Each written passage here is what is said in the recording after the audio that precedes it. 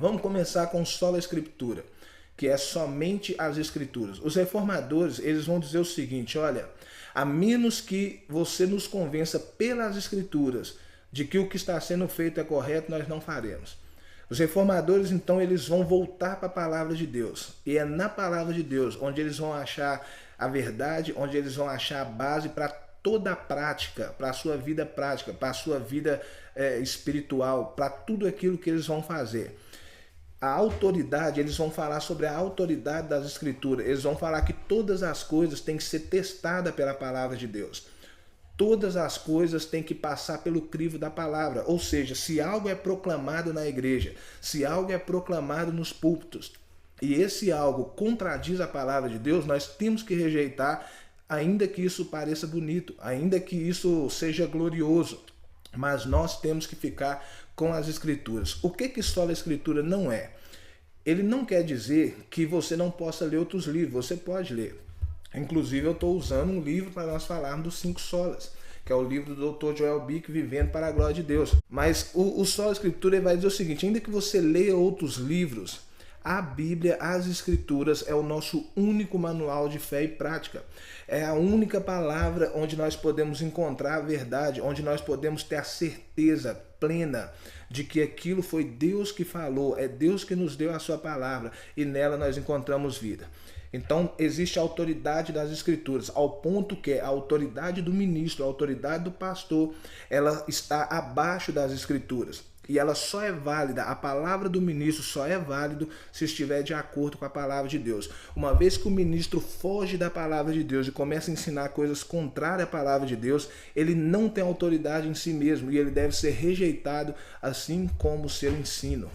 Os reformadores vão falar sobre a infalibilidade e a inerrância da Escritura. Por quê? Eles vão dizer que cada palavra de cada sentença é o sopro do Deus vivo. E aí eles vão lembrar o texto de 2 Timóteo 3, 16 e 17, onde diz que toda a Escritura é inspirada por Deus e útil para o ensino, para a repreensão, para a correção, para a educação na justiça, a fim de que o homem de Deus seja perfeito e perfeitamente habilitado para toda boa obra.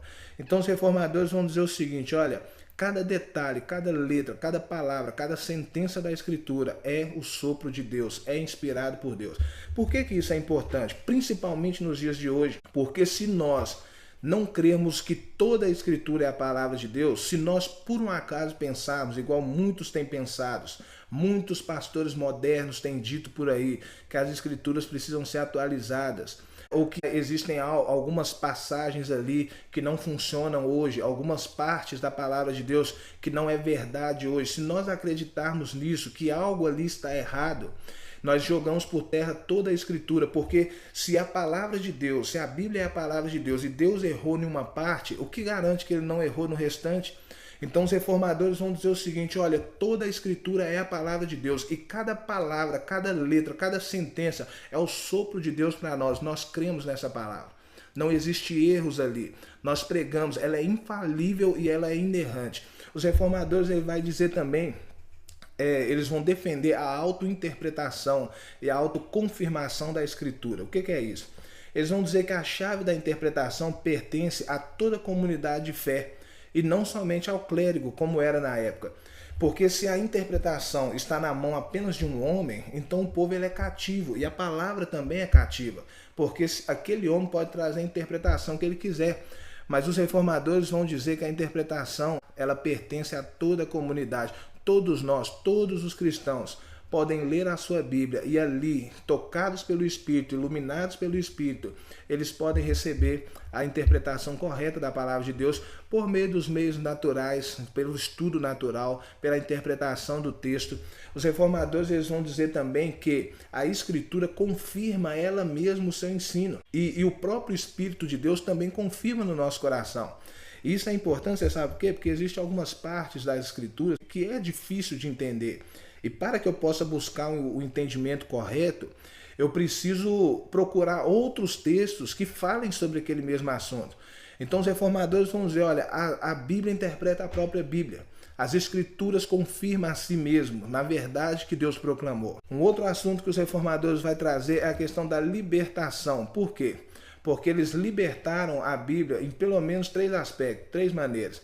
Eles libertaram ela através da tradução dela para o povo. Eu falei sobre isso aqui, a Bíblia ela era cativa, o povo não tinha acesso às Escrituras. Se hoje nós temos acesso à Bíblia, nós devemos isso ao fruto da Reforma Protestante. Então eles traduziram a Bíblia na língua do povo, aonde eles chegavam, eles traduziam as Escrituras e entregavam para que o povo pudesse ler.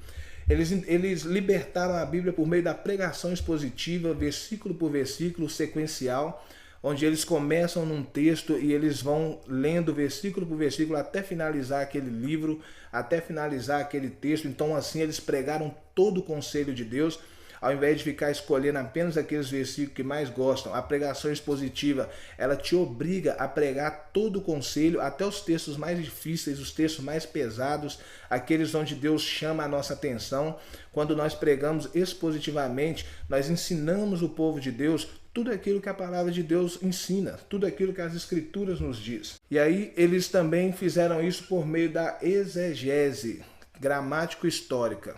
O que é isso? A exegese gramática histórica vai dizer o seguinte, olha, o sentido do texto é o sentido literal, é aquilo que está mostrando nas Escrituras. O sentido do texto é aquilo mesmo que o texto diz. Eles vão dizer, olha, a menos que um texto seja alegórico, você não pode interpretar de maneira alegórica um texto literal. Uma outra coisa que os reformadores eles proclamaram, o que o sola escritura quer dizer, é o poder de Deus. Por quê? Porque Deus nos deu a sua escritura e a sua palavra, ela é verdade, ela é poder. Então, o poder de Deus se manifesta por meio da sua palavra. E uma vez que nós rejeitamos a palavra de Deus, nós estamos rejeitando o poder de Deus. Lembra que Paulo ele diz que o evangelho é o poder de Deus para a salvação de todo aquele que crê? O evangelho é o poder de Deus para a salvação de todo aquele que crê. Então, sola escritura foi o primeiro slogan que eles levantaram para dizer o seguinte, olha, nós vamos ficar com a Bíblia, nós vamos ficar com a palavra de Deus, ela vai nos guiar, ela vai nos reger. A autoridade máxima sobre o povo de Deus é as Escrituras.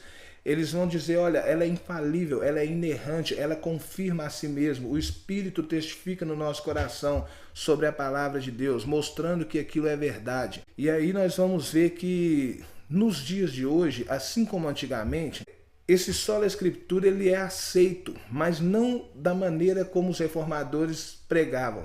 Porque antigamente na Igreja Católica eles iam dizer assim, olha, as escrituras sim, nós aceitamos as escrituras. Agora sola escritura não, somente as escrituras não. Eles vão dizer, olha, nós aceitamos as escrituras, mas só elas não. Por quê? Porque tem a autoridade papal. A palavra do Papa, ela bate de peso e igualdade com as Escrituras. Nós temos o costume da igreja que foi passado de geração em geração, que também bate de igualdade com as Escrituras. E assim como era naquela época, nos dias atuais na igreja moderna, também é assim. A igreja atual, ela fala assim, olha, as Escrituras sim, eu aceito as Escrituras, agora só ela não. Só a Escritura não. Por quê? Porque nos dias atuais, além das Escrituras, nós temos os novos profetas e apóstolos, que dizem ter novas revelações, e essas revelações, eles colocam elas acima da palavra de Deus. Eles colocam essas revelações sendo superiores à palavra de Deus. Tem igrejas que não se abrem a Bíblia. Eu ouvi dizer de uma igreja onde o tal do pastor, ele chega lá e fala assim, olha, eu não prego Bíblia, meu negócio é revelar. E aí essas revelações, elas se colocam acima da palavra de Deus. Então a igreja moderna, hoje ela está agindo como a igreja católica do passado, antes da Reforma Protestante, onde eles vão dizer assim, olha, eu creio na palavra de Deus, mas só ela não basta, eu preciso de outras coisas. Só a escritura? Não. Aí eles vão pôr a ênfase no sentimento das pessoas, do que as pessoas estão sentindo. É muito comum nos dias de hoje você ver assim, a pessoa falar, olha, eu até vejo a palavra de Deus assim, mas eu sinto que é diferente. Eu não consigo ver um Deus dessa e dessa maneira. E a pessoa ela rejeita as escrituras por causa dos seus sentimentos. É comum você ver isso nas igrejas modernas. Então a igreja moderna tem rejeitado a Bíblia e ao invés de procurar a palavra de Deus, elas têm aderido a essas coisas, aos novos profetas e apóstolos, aderido aos seus próprios sentimentos, aderido à ênfase, não é colocada na pregação, ela é colocada no emocionalismo. o culto que é voltado para o emocional, para fazer a pessoa chorar, para fazer a pessoa ficar em êxtase ali. Não é o culto mais voltado para a pregação, voltado para esclarecer as verdades da Bíblia. Então a igreja moderna ela precisa de uma reforma. Nós precisamos de uma reforma.